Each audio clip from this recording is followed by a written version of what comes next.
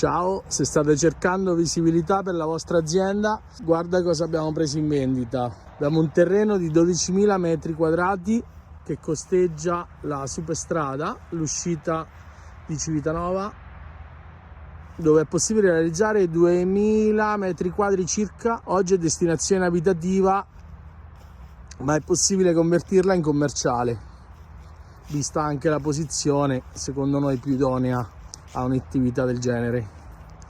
Siamo sulla corsia d'accesso della Superstrada, abbiamo una servitù di passaggio sul locale commerciale adiacente, che è quello dove c'è attualmente l'Aeromotors, la Volvo, e lì possiamo accedervi dalla fine della Superstrada. Ed in più abbiamo un altro accesso in via La Marmora, di rimpetto al campetto da calcio di San Giuseppe.